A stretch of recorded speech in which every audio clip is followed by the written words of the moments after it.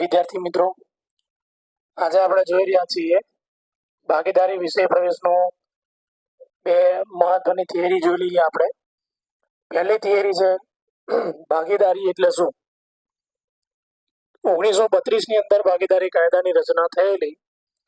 1932 ના કાયદાની કલમ 4 ની અંદર કંઈક આ રીતે વ્યાખ્યા આપવામાં આવી છે. ભાગીદારી એવી વ્યક્તિઓ વચ્ચેનો સંબંધ છે જે બધા દ્વારા અથવા તેમનામાંથી કોઈ એક વ્યક્તિ દ્વારા જે ધંધો ચલાવવામાં આવે છે એ ધંધાનો નફો વહેંચવા સંમત થયા હોય. તો ઓબ્વિયસલી ભાગીદારીમાં એવું જોવા મળે છે કે એમાં ઘણા બધા વ્યક્તિઓ હોય. એ વ્યક્તિઓ એવા સંબંધી જોડાયા હોય કે બધા જ વ્યક્તિઓ ધંધો કરે, અથવા તો બધા વ્યક્તિઓમાંથી કોઈ એક વ્યક્તિને ધંધો કરવા માટેની પરમિશન આપી દે અને એ વ્યક્તિ જે પણ ધંધો કરે છે એ ધંધા થકી જે નફો થાય છે એ નફો વેચવા આ બધાય સંમત થયા હોય. 2 જણા જોડાયા તો 2 જણા, 3 જણા જોડાયા તો 3 જણા, 5 જણા જોડાયા તો 5 જણા. ટૂંકમાં જ્યારે જ્યારે ભાગીદારીની વ્યાખ્યા આવે એટલે તમારે આ જ 1932 ની કલમ 4 મુજબ આ વ્યાખ્યા લખવાની હોય છે. ફરીથી જોઈ લઈએ. ભાગીદારી એવી વ્યક્તિઓ વચ્ચેનો સંબંધ છે જે બધા દ્વારા અથવા તો બધા વતી તેમનામાંથી કોઈ એક વ્યક્તિ દ્વારા ચલાવાતો જે ધંધો છે એ ધંધાનો નફો વહેંચી લેવા સંમત થયા હોય તો એને આપણે ભાગીદારી કહીશું. અગાઉના લેક્ચરમાં આપણે જોઈ ગયા છીએ ભાગીદારી એ એક ધંધો કરવાની વ્યવસ્થા છે, ધંધો કરવાનું એક સ્વરૂપ છે. હવે બીજો પ્રશ્ન એ પૂછાય છે કે ભાગીદાર કોને કહેવાય. તો સીધી વસ્તુ છે, ભાગીદારીમાં જે જોડાયા હોય તેઓને ભાગીદાર કહેવાય. એટલે એની વ્યાખ્યા જ્યારે કે અર્થ પૂછાય છે ત્યારે તમારે આ રીતે લખવાનું હોય કે જે વ્યક્તિઓ ભાગીદારીમાં જોડાઈ હોય તેઓ વ્યક્તિગત રીતે શું કહેવાય છે? ભાગીદાર કહેવાય છે. ભાગીદારીમાં જોડાયેલી હોય તો જ ભાગીદાર કહેવાય. ભાગીદારીમાં વ્યક્તિ જોડાયેલી ના હોય, સમજો કે એ અને બી અને સી આ 3 ભાગીદારી ભેગા થઈને ભાગીદારી ચલાવે છે, પણ ડી નામનો વ્યક્તિ ખાલી એમાં નોકરી કરે છે, તો આ ડી નામનો વ્યક્તિ ભાગીદાર ના કહેવાય. ભાગીદાર એટલા માટે ના કહેવાય કારણ કે તે એબીસી ની જેમ ભાગીદારીમાં જોડાયેલો નથી.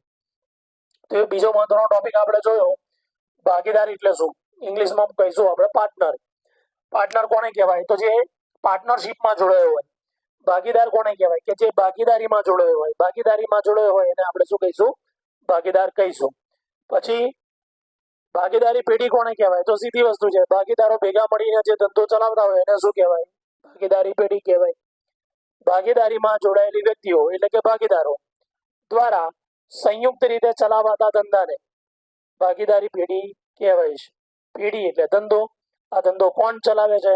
તો ભાગીદારીમાં જે વ્યક્તિઓ જોડાયા છે એટલે કે ભાગીદારો. ભાગીદારો દ્વારા ચલાવાતા ધંધાને ભાગીદારી પેઢી કહેવાય છે. બરોબર. ચોપડીની અંદર ભાગીદારી પેઢીની આ રીતે વ્યાખ્યા આપેલી છે. આપણે ખાસ વિદ્યાર્થી મિત્રો પ્રયત્ન એ કરીશું કે ચોપડીની અંદર જે ડેફિનેશન આપી હોય એને સમજીને એ જ ડેફિનેશન મોઢે કરવાનો આપણે ખાસ પ્રયત્ન કરવાનો, જેથી કરીને આપણે સચોટતાની સૌથી વધારે નજીક રહી શકાય. ફરીથી જોઈ લઈએ. ભાગીદારી કોને કહેવાય? તો ભારતીય ભાગીદારી કાયદો 1932 ખાસ યાદ રાખજો કલમ 4 એમાં લખ્યું છે કે ભાગીદારી એ એવી વ્યક્તિઓ વચ્ચેનો સંબંધ છે કે જેઓ બધા દ્વારા અથવા બધા વતી તેમનામાં ની કોઈ એક વ્યક્તિ દ્વારા ચલાવતા ધંધાનો નફો વહેંચવાને શું થયા છે? સંમત થયા છે. સંમત, સરખા વિચાર ઉપર ભેગા થયા છે એને કહેવાય સંમત. એક વિચારને બધાએ સમર્થન આપ્યું છે એને સંમત કહેવાય. ભાગીદારી એટલે કે પાર્ટનર કોને કહેવાય? ભાગીદારીમાં જે વ્યક્તિઓ જોડાયેલા હોય તેઓને વ્યક્તિગત રીતે શું કહેવાય છે? ભાગીદાર કહેવાય છે.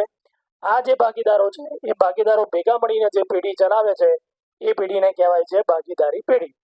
તો વિદ્યાર્થી મિત્રો, ખાસ આશા રાખું છું કે તમને આ 3 બાબતોનો ખ્યાલ આવી ગયો હશે.